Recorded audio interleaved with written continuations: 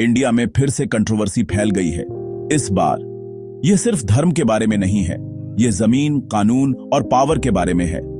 Random with 160 में आपका स्वागत है और आज हम वक्फ अमेंडमेंट एक्ट 2025, एक ऐसा कानून जो पूरे देश में हिंदू मुस्लिम रिश्तों को हिला रहा है, पर डीप डाइव करेंगे। बेसिक्स से शुरू करते हैं।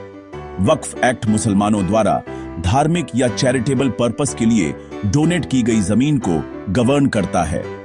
वक्फ बोर्ड पूरे इंडिया में मस्जिदें, दरगाहें और कब्रिस्तान मैनेज करते हैं। हम लाखों करोड़ों की प्रॉपर्टी की बात कर रहे हैं, लेकिन 2025 में कुछ बदल गया। पार्लियामेंट ने वक्फ अमेंडमेंट एक्ट पास किया, जिससे सरकार को ज्यादा कंट्रोल मिला और नॉन मुस्लिम्स को वक्फ मैनेजमेंट का हिस्सा बनने की इजाजत मिली, और वहीं से आग लगी। यह है नया क्या है। वक्फ बोर्ड में नॉन मुस्लिम मेंबर्स को शामिल करना, वक्फ प्रॉपर्टीज को रिव्यू और रिक्लेम करने की पावर, जमीन को वक्फ घोषित करने से पहले 5 साल की रिक्वायरमेंट, डोनेशंस और डिसीजंस पर स्टेट कंट्रोल बढ़ गया। क्रिटिक्स इसे मुस्लिम आइडेंटिटी पर अटैक कहते हैं, सरकार इसे करप्शन रोकने के लिए एक रिफॉर्म कहती है। मुर्शिदाबाद, वेस्ट बंगाल जैसी जगहों पर गुस्सा फूट पड़ा। सड़कें बैटल ग्राउंड में बदल गईं, मस्जिदों पर अटैक हुआ, दुकानें लूटी गईं, 200 से ज्यादा लोग अरेस्ट हुए, कई मारे गए और हजारों लोग डिस्प्लेस हुए। त्रिपुरा और हैदराबाद में भी ऐसी ही टेंशन भड़क उठी।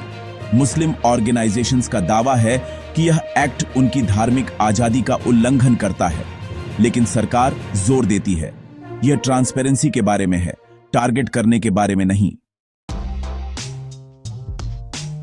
अब यहां बात, आप जानते हैं, पॉलिटिकली सेंसिटिव हो जाती है।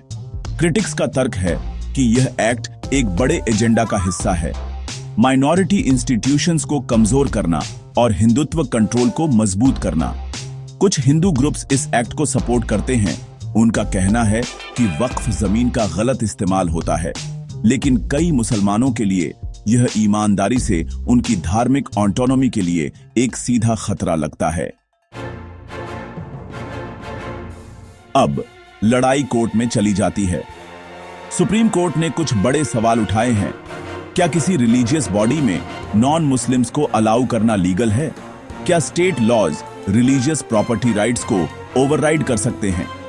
जज ये डिसाइड कर सकते हैं कि यह एक्ट स्टैंड करेगा या गिरेगा, और तब तक सड़कें टेंस रहती हैं, देश डिवाइडेड है। यह सिर्फ जमीन का मुद्दा नहीं है, यह असल में मॉडर्न इंडिया का आईना है, जहां धर्म, पॉलिटिक्स और आइडेंटिटी टकराते हैं। जैसे जैसे इंडिया रिफॉर्म और राइट्स के बीच टाइट्रॉप पर चलता है, एक सवाल रहता है, क्या हम प्रोग्रेस को प्लूरलिज्म के साथ बैलेंस कर सकते हैं?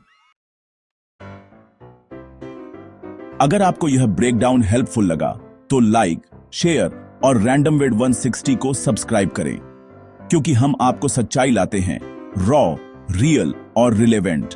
अपने थॉट्स कमेंट्स में ड्रॉप करें।